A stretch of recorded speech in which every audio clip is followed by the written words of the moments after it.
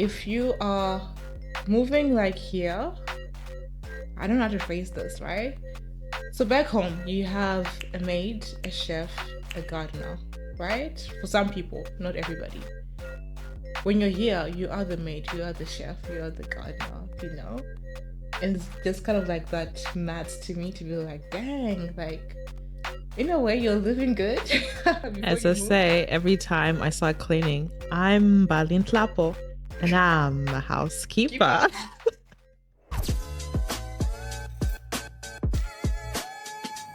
Shalom, hurry up. Coming.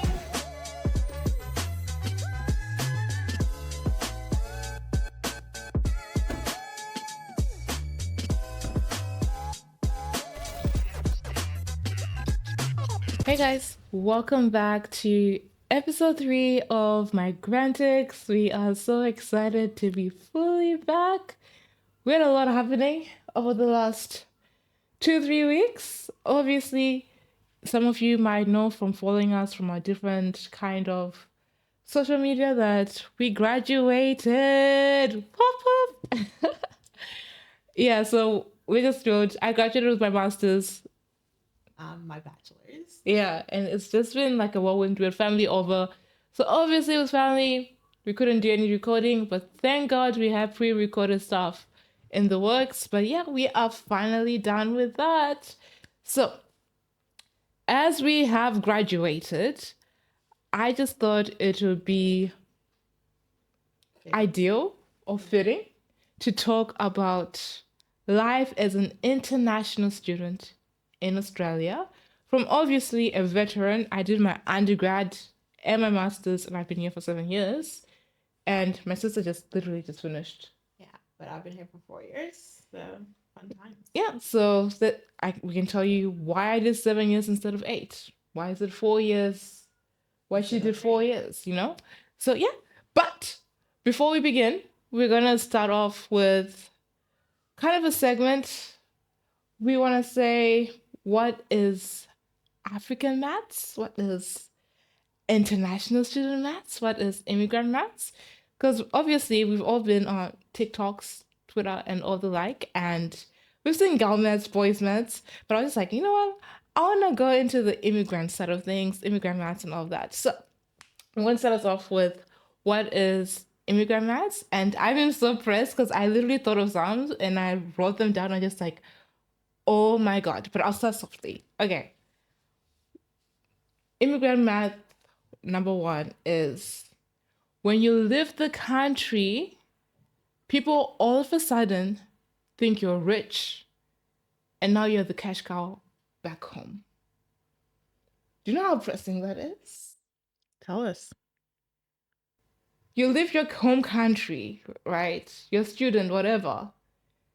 And when you arrive into Australia or wherever you're at, all of a sudden your whole family thinks you're rich. And now it's like, can I have something? Can you bring me something? Can you buy me something? Like, oh, now you've got money. When it's like, look, I'm here at the bottom of the bottoms. I literally just started, I'm just like starting my whole life now. So that was the first one that really pressed me. I was just like, oh my gosh, that is so true. I think it's regardless if you have a job or not. It's just the thought that you're here. I don't know. It's weird. Like The government gives us money. yeah, people literally think that it's better if you just move out of the country. Yeah, yeah. Some degree it is, but yeah, money doesn't grow in trees, as they say. This is one that's universal, usually universal with different cultures. If something starts at 6 p.m., you need to come there by 8 p.m. because that's the actual start date. And if you come earlier, you're part of the setup crew. Yep. Universal. I think that is African maths. Like start time 6 p.m. Not really start time. Yeah. We're still prepping. And people start to arrive 7:30, 8. I think it's different once you're moved, but that's African maths. That is African maths for sure. It's just the same even here. If you're in an African setting, yeah. But if you're full of other like immigrants, then then fairly people are on time. But yeah. Yeah, all I can say is don't waste my time. If I'm doing something and I tell you come by this time, it means come by this time. Okay? Yeah. Don't waste my time. That's And then just what is me. coming early? Okay, is that okay in African maths? If you come if you come early, I feel like if you come early, you're inconveniencing people. You actually are. Because people will be like, yeah, 6 p.m. They're actually expecting you at 8. But then there's obviously that, that trick when, like, I do this. I tell people a certain time, even though I'm already expecting them to be, like, late.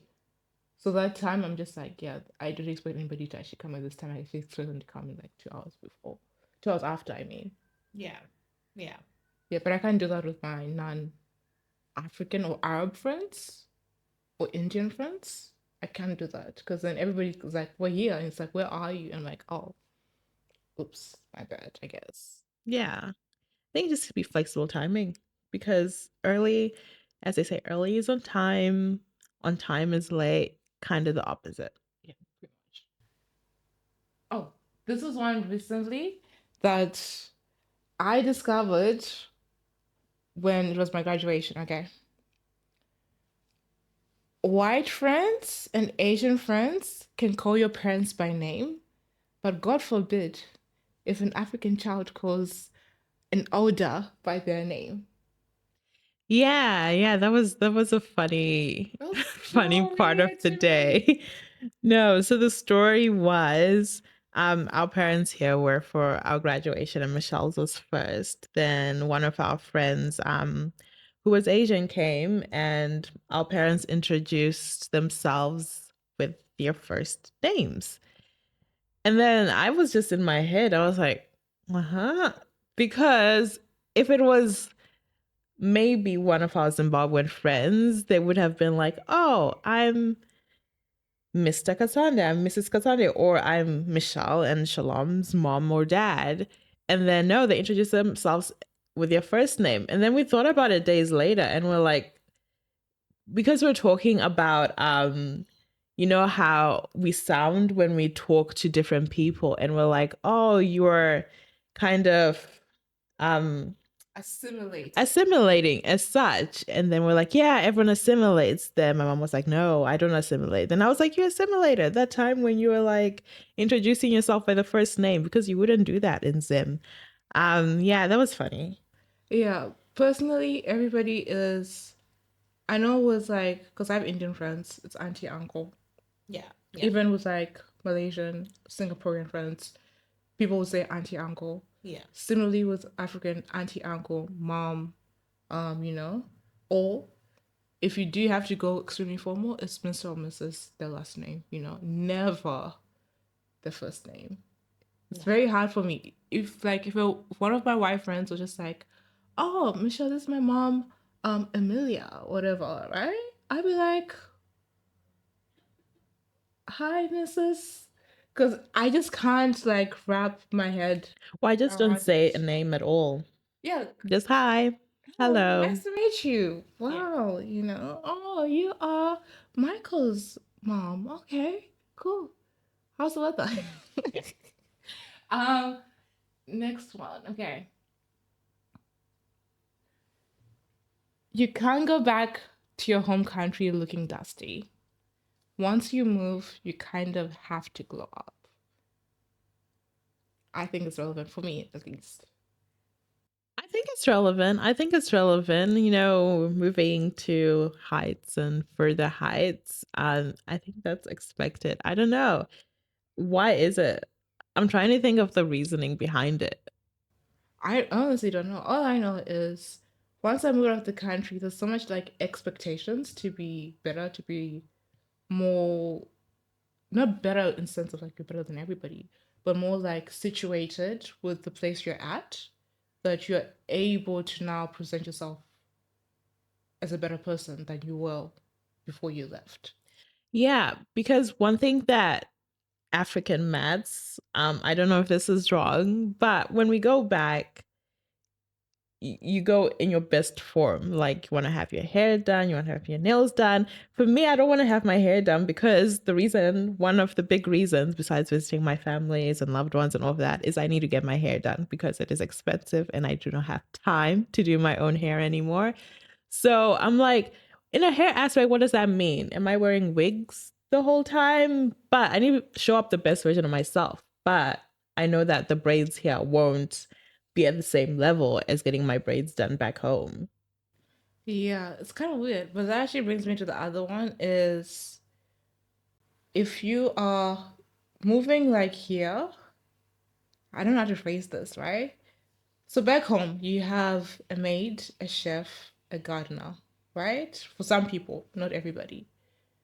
When you're here, you are the maid, you are the chef, you are the gardener, you know? And it's just kind of like that maths to me to be like, dang, like in a way you're living good before As you I move. say, every time I start cleaning, I'm Balin Tlapo and I'm a Keep up. housekeeper. Like, oh, like I'm now like obsessed with cleaning videos. I'm like, huh? Yeah. Oh, like I didn't even know I needed to deep clean that. I didn't even know like you needed to wash your dishwasher. I thought you just washed by it's a dishwasher. Okay. We have dishwashers. Oh my gosh, you're not using hands anymore. You know, it's very interesting. Yeah, and to be honest, you kind of that comes with time because I still largely wash dishes with my hands, and even though I have a dishwasher, I'm like, it's just like two plates, it's just like three plates. But I guess when they pile up a lot, um, yeah, it is strange. You're like learning a lot of new things, and it's not stuff that you weren't taught. We were taught to clean, but it wasn't like always an everyday thing, especially if you were in school, because you're in school 5 days a week. Then you move completely where there's no one to even help you do anything. And like, yeah, that's interesting. It's kind of weird to me because I personally feel this sometimes is people want to do the hardest things the hard way instead of finding the easiest ways to do it. Like I will use a dishwasher. I will use it. You know, I learned how to use a dishwasher. Did you learn how to use a dishwasher? The dishes get washed, do they not? Yeah. So the other day I loaded the dishwasher and Michelle Oh is my like, you god. almost broke the That's a pet peeve the of mine. glasses. And I'm like, I didn't break the glasses because the dishwasher is done and everything is clean and nothing is broken. So how can you say I almost broke it? No, no, no, no, no. It was just a different way to load the dishwasher, I She put the think. glasses at the bottom. She put cups at the bottom of the dishwasher. I If you put have a two cups at dishwasher, the bottom of the if you have a dishwasher. dishwasher, let me know if you do that. She put like the wine glasses things on the thing without the stem. Like the dishwasher is a stem for wine glasses. It was on a certain stem, It could have they could have actually just broken. but they didn't, to my point. So which is where we go back. We just wash with our hands because that is what I am used to. But yeah, I don't know if it's finding the harder way or just doing things the same way you've always done them. Yeah, and I guess people don't ever I mean not everybody. Some people just like, oh, I'm so used to doing this way. And you don't even think about, oh, there's a better way to kind of do it. There's Yeah. a faster way to kind of do it. I'm the opposite because I'm just like, I'm lazy and I'll find every single opportunity I can to make things more efficient, better, and doesn't waste my time because I actually do not have time at all. I wish I did. But brings me to my next one. You can live alone and be independent overseas. But once when you go back home, you are a child under people's roofs. Like you are not going anywhere. You are sitting there at home wondering, why am I even back? You know? Yeah, and I think that's quite a universal experience for immigrants because you have like a sense of independency or like sense of freedom. Then you go back and you remember that actually you're still a child under someone's roof and that's just the way life is. Yeah. Yeah, but then it's different. It's like here, right? They don't call us every single day to be like, where are you? Why are you coming home late? Type of thing, right? Even when they're here, they're like, oh yeah, she's coming at age 10. I was very surprised because I made sure my plans was I need to be at the in my apartment by 5 p.m. or so, because my parents are visiting, they're living with us for like a few weeks, right? I'm like, any plans outside from like after 6 p.m., I'm not a part of it because I don't want to hear any slack. You, on the hand, you didn't care. You're just like, ah, I have a birthday party to go. I have this thing to do, this thing to do. I have work. You're coming at like 11, 12 midnight, and they're like, cool. And I'm there like, when it was me at that age, at your age, there would be in my ear to be like, you need to be at home by like 5 p.m. When you see the sun set, that's your cue to go home, you know? It's not that they weren't in my ear. Well, if I was at work, then I finish work late. That's work. But like when I went to a friend's like party, they were at the party. They left earlier. I just had to leave late, understandable. Then the other time it was a birthday party. I was like, it's once. So I did get a slight word about that, but it wasn't anything big. But I guess with time, you can sort of see your independency and your, I don't know if they see it, but maybe tolerate it once off. But if certainly if I did that again, I would hear it. But I bet you once you go back home, there's no such thing. You're not going anywhere. No, no. Midnight at all. That's the thing. Like, I want to go back, right? I want to have fun, but I already know I'm like, I gotta find ways to make this work for me. You know? Oh, there's this one that I'm sorry, guys. Like this math thing. Like when I was thinking about it, I was just like, dang. Okay, either one, right? Being colonized by the British and still expected to do an English test to study in a British colony. Being forced to do that English test to get a visa every few years because it expires. And apparently, because it expires, you don't know how to speak English. I think that's really not African maths, It's but immigrant Western maths, I guess. It's immigrant maths, It's right? immigrant maths, but it is true. You do your schooling in English for 12 years of your life or more. And then, like I did GCSEs, which are British. I did SATs. my O levels and A levels in English, and O levels I did English, and then I did that English paper for A levels. But still, when I moved here, I had to do my IELTS, which is an English exam. And even if I went to the UK, I would probably still have to do my English exam. And yeah. So I did that before I came here, and I was like, yay, woo, I know how to speak and write and read in English. And then I finished my degree and I had to redo it again for a new visa. And I'm like, it's just been 4 years. And plus, I did uni here in English, and there's clearly a testament to my English, me finishing this degree. So I don't know why I have to do this again. But I think it's changing because now I've heard a few people who haven't had to do it. Really? Yeah, yeah. So I don't know how it works anymore, but this was literally early this year when I did my English test. So so yeah, it didn't change when I did it, but maybe. Oh. I think I did mine last year again. I've done four, but I think I've done about four now. For English tests? Yeah, when I came here, I did the outs. Yeah. Then I had to do it again for various reasons during my uni studies. Again. Then right after, I think I had to do I had to actually think 3 or 4 times. And I did my other one because I was doing my master's. Yeah. So for me, I'm just like, they're just making money from all this English tests because they aren't actually that cheap as well, to be honest. They are not. They're not. They're not that cheap. And it stresses people out because you're being judged by your pronunciation of things. yeah. Yeah, I mean, like, you're bilingual. Obviously, there's gonna be words. Oh my geez, this is a funny story. So when I first came to Australia, like right before I came, I had to do my English test out, right? And I was so nervous. Imagine, like, I literally, like, Shalom, yeah, we did so many English stuff growing up. Personally, for me, like, it feels like English is like my first language, unfortunately, just because of the schooling system we were in and all of that. It was just mainly everything in English.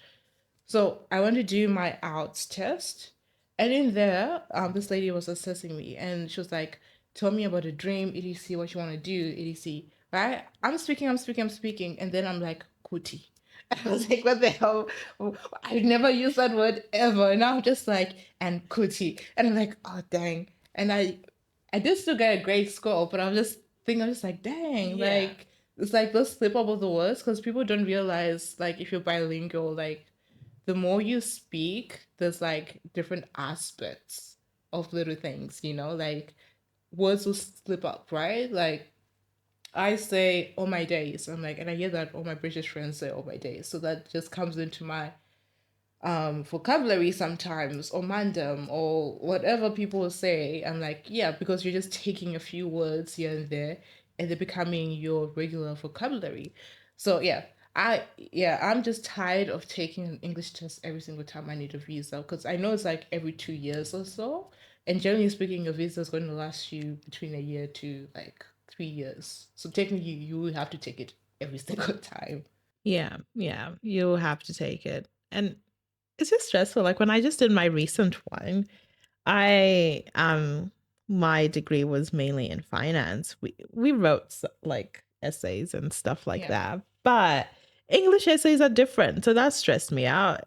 And I didn't study for it because I'm always last minute. So I just went in.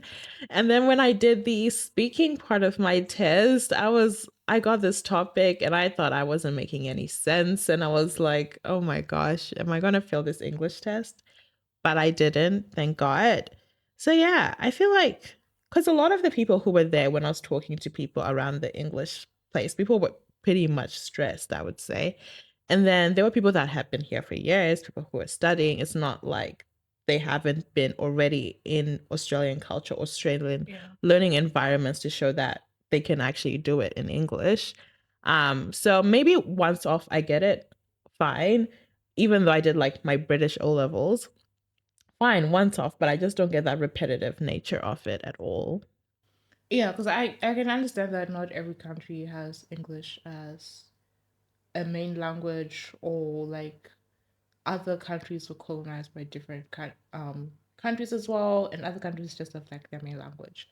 It's fair and fine, but for me, I'm just like, there's definitely progress to be made for this because it's mainly, for for lack of a better word, it's mainly African countries and Asian countries that do this. I've never seen a French person go take outs. A French person from France, by the way. I've never seen a European non-English speaking take outs. I could be wrong. There might be a lot, but I've actually just never. Whenever I went to a test, I look around the rooms and just like it's either Africans or Asians in this room, pretty much. Yeah. Yeah. Yeah. Have you ever wondered what makes a great podcast into a phenomenal sensation? The secret sauce is your support. And what we find interesting as we look into our analytics, whether that is YouTube, Spotify, Apple, and more, is that many of our listeners haven't hit that follow or subscribe button. Now we've got a favor to ask you. We've got a bold dream to become one of the top 10 podcasts, not just in Australia, but in the world. But we can't do it without you. Your follow, your support is our cornerstone of this dream. It's how we grow, improve, and make this dream a reality. So in whatever platform you're tuned into, just hit that follow, subscribe button, and it just all starts with you. So whether it's YouTube, Spotify, or Apple, please hit that like or subscribe button. And I promise you that this podcast would only get better and better. So let's go back to the episode. Enjoy the show, and thank you for being part of our global citizen family. 100%. I guess that's kind of the topic of here, like moving here to study and all of the like our process of how we did that, and then how I'm continually staying here, how you're continually staying here. Yeah, how do you want to start this? I think we're going to do the process of getting here. To be fair, a lot has changed in the last 4, 8 years, but I think we'll tell our story and it's probably very similar to when you research it. but you had to go through an agent, kind of migration agent, but education migration agent to apply to the unis in Australia, first off. Yeah, okay. So some universities will only accept you applying through a middle person. So that was an education agent. So for the universities we chose, yeah, for the universities we chose, that's why to say it, but I'm just like, nah. We went through an agent for that because our university was very specific about going through an agent. Not all universities are like that. Some universities you can apply straight from the gate. I did that with my master's because I didn't want to pay an agent to apply to my master's when I knew I could have just applied for it by myself. An agent does make things easier for you because typically the one we dealt with, she pretty much helped us and coached us on kind of writing our essays of why we want to go to uni type of thing. Those were the days. Why you want to go to uni, why you want to study, your future dreams or whatnot. She pretty much talked to our high schools, sorted that mess out in terms of getting our documents, talked to the universities, did all the requirements, even helped us and sorted our visas for us. So literally all we had to do was just show up and write an essay and that was done for us to go to university, which is amazing. But for some other people, you're going to have to do a little bit more in terms of that prep. So that will require you to make sure you write a good essay, make sure you have good grades and apply.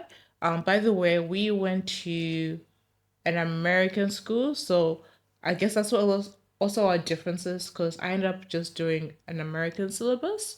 So for that, that means I did not do A level, O level, GSC, HSC, whatever you have in your country that is not American based. I just never did that. What I did was simple SATs. That's it. At the core level, so I just did English and maths. I did English with an essay because that was still mandatory. They removed that like literally right after I did my English with my essay, so that was mandatory, and I just did my maths. Which is pretty straightforward ish. I got an okay score for me at the time, and that's pretty much what I just used to apply. Obviously, I still needed to finish high school.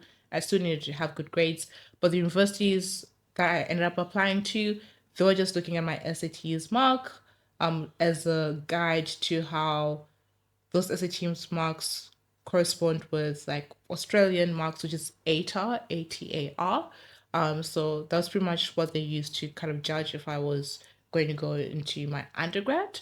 So that worked out well for me.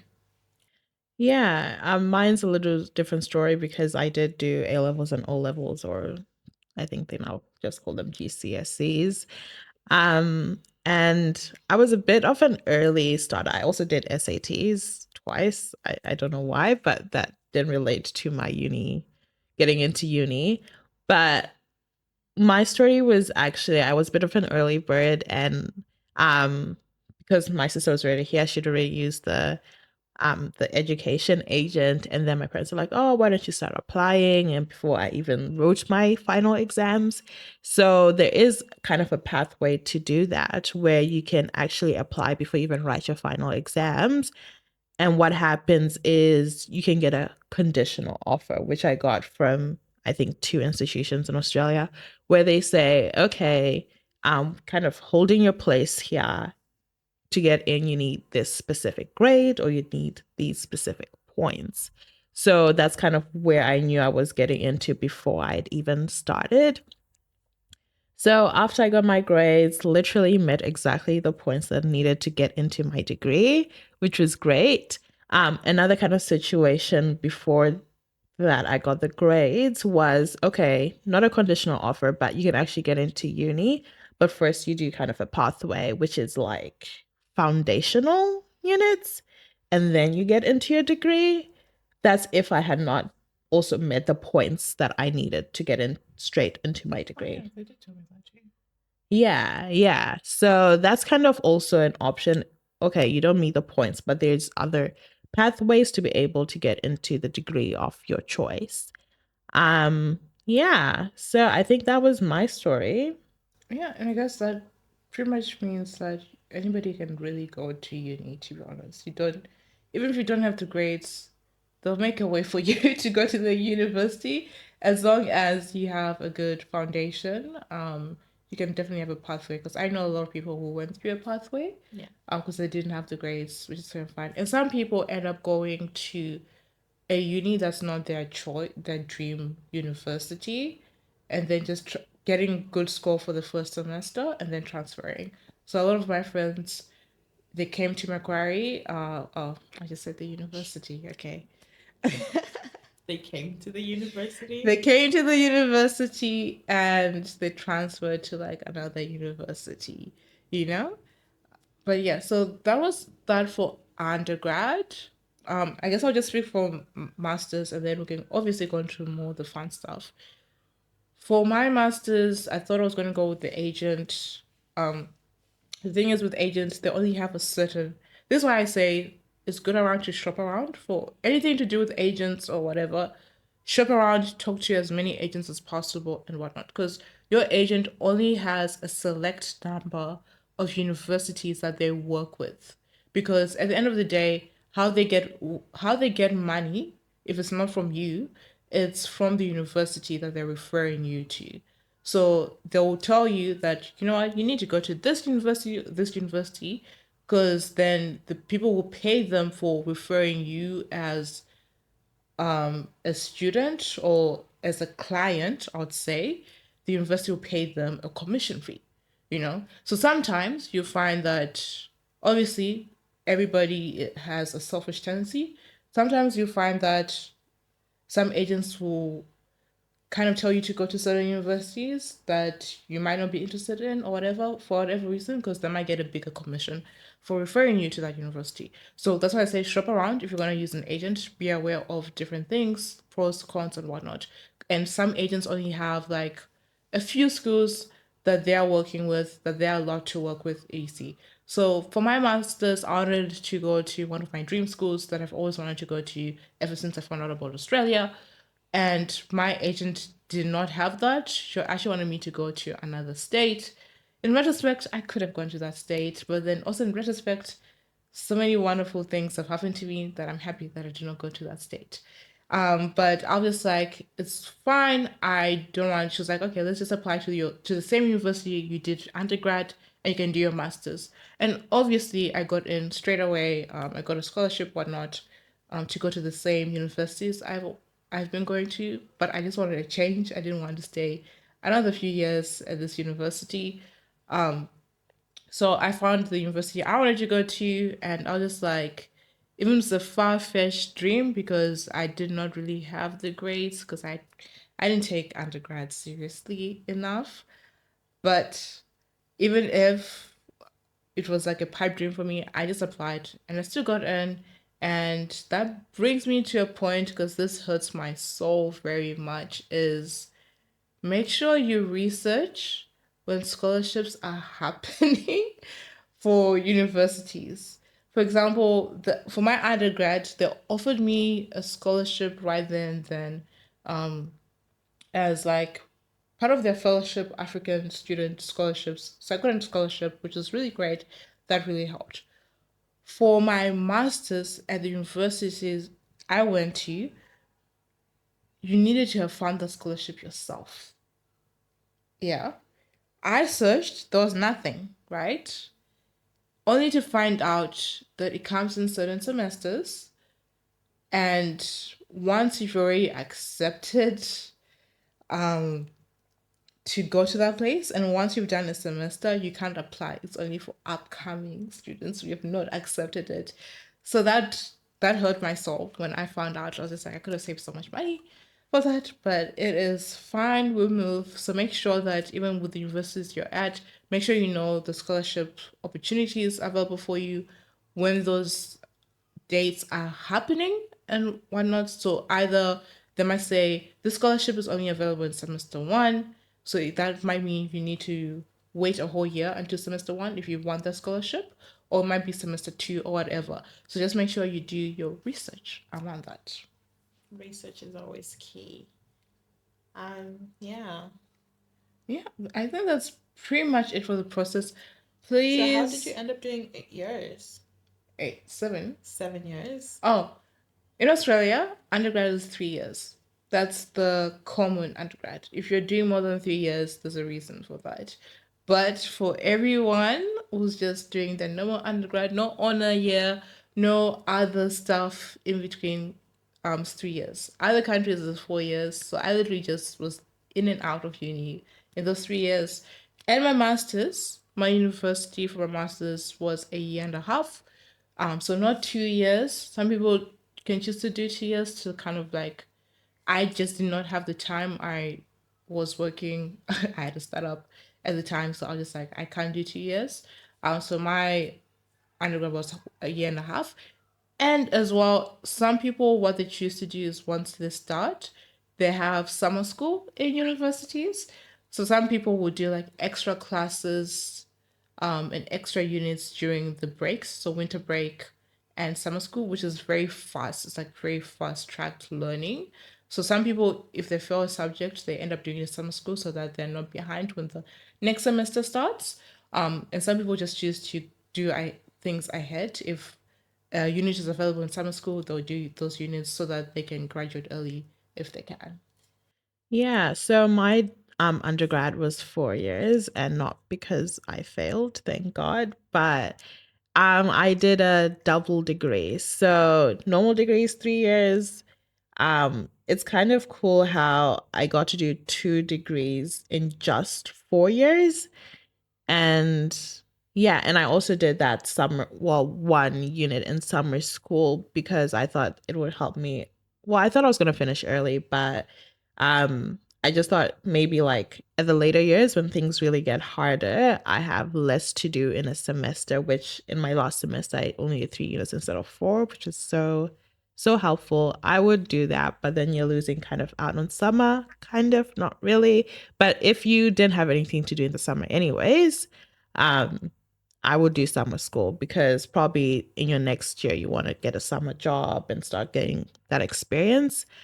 So yeah, that's how I ended up 4 years. Some degrees are 5 years, some are six. It's actually you never really know. Like I finished my masters, and some of my friends I did undergrad with, I literally just finished their undergrad because they do. Oh, by the way, also you find a lot of like permanent residents, yeah, and citizens. They a lot of them tend to do uni part time, so that just means instead of as an international student, you are required by law here in Australia, in many countries as well, you're required by law to have a full-time study thing. You can't be just working and not prioritizing your studies. Like you're literally here to study. Full time being 4 units a semester and attending the required amount of classes, which is about 85 to 90% of class. Yeah, like you need to have a good attendance rate to not trigger border control or whatever, to not trigger them to ship you back home, you know? But for like citizens and PRs, permanent residences, they can opt out to do part time. So you see someone going to uni for one class, and that will take them 10 years to do their degree for one class, and they're happy because they have work, they have responsibilities and the like, um but I'm grateful that I did it full time. Obviously the stress, it's a lot, it's hard work. I'm grateful I did it full time, so I was in out, kind of fast tracking my life now, because I do say like when you're coming in as an international student, you're thinking you're moving so ahead, but then a lot of times you're at like at the beginning of a race, I would say. Like in your home country, it's like an analogy, right? You're on a racetrack, yeah. In your home country, you're either midway, about to cross the finish line or whatnot. But when you move to a whole new country, you've just gone back to square one. You're literally competing with people who've lived here for their whole lives, who've whose families have lived here, even like other immigrants whose parents were immigrants, they're still a little bit ahead of you just because they came here at an earlier stage. And that's, those yeah. opportunities are different for people who've been here, obviously. So you're in a place where maybe you don't have as many opportunities and you're trying to get there and strive to be kind of in the same space as everyone else. So yeah, and I get it. Full-time work, that because as international students, that's why we came here to study full-time. So it's mostly getting your priorities straight. And even in COVID, that was a bit different in terms of you had unlimited work hours because the government needed us. But even then, when things were unlimited, it's having those priorities straight and working through that. Yeah. And I think we do recognize, because I know a lot of people come here with almost all their life savings to study. So they come here and all the money that you have is literally just to like study, and that's it. Yeah, no money for everything else like food, groceries, for rent, for all of that, which is really hard. So a lot of people do want to work to and study, and unfortunately, you don't get that much flexibility. It's honestly really sad. It's heartbreaking. Like, I think that's also one of the reasons we started this podcast, because we're just like, there's an issue with how immigrants and migrants are treated as a whole, and especially international students. And we're one of the biggest economic drivers for the economy, to be honest, here in Australia. International students are, to be honest, they're the fourth. If I'm not mistaken, that could have shifted, but they were the fourth the last time I looked at my statistics. You can correct me if I'm wrong. But yeah, so I don't want to say like, obviously priority, the government's like, your priority is studying and studying, that's it. After you study, go back home, whatever. Majority of us, our priorities are studying and making a better life of ourselves, wherever that is, whether that's back home, in another country, or even staying. We do definitely want those opportunities open to us. Yeah, there's a lot to talk about. I think we can break it out in multiple podcasts. It'll be a whole different episode. Yeah, because this is literally just the process of even getting into Australia as an international student. Not even culture, not even like tips and General tricks. life. General life as an international student. You know, how did we survive? Because some of us, I get trauma when I think about it. I'm just like, I don't know how I survived with such little money in a country where it's like spend as much as possible. I didn't go out. I think one of the reasons I suffered is I never went out. I didn't hang out with people. I was literally at home. And that studying. inflation, you should look at the prices of fuel right now. That's crazy. Prices of anything, really. But yeah, that's a totally different episode. And yeah, we'll talk about it one day. We'll get into it. Yeah. Yeah, so there's a lot to talk about in terms of like being an international student. And honestly, we literally just covered like the tip of the iceberg. Next time, in our next episode, we might talk a little bit more about it, or it might be in a different episode. You never know. But that is all the time we have for today.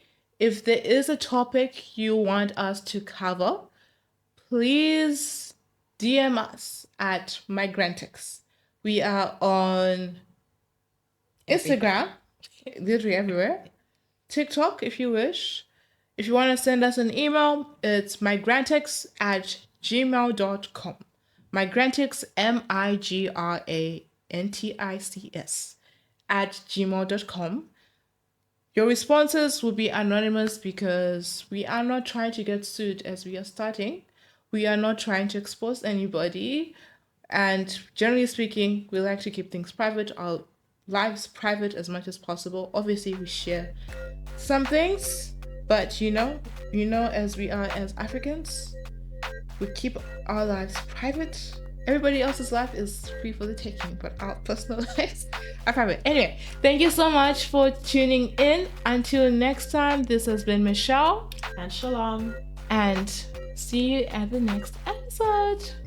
Bye.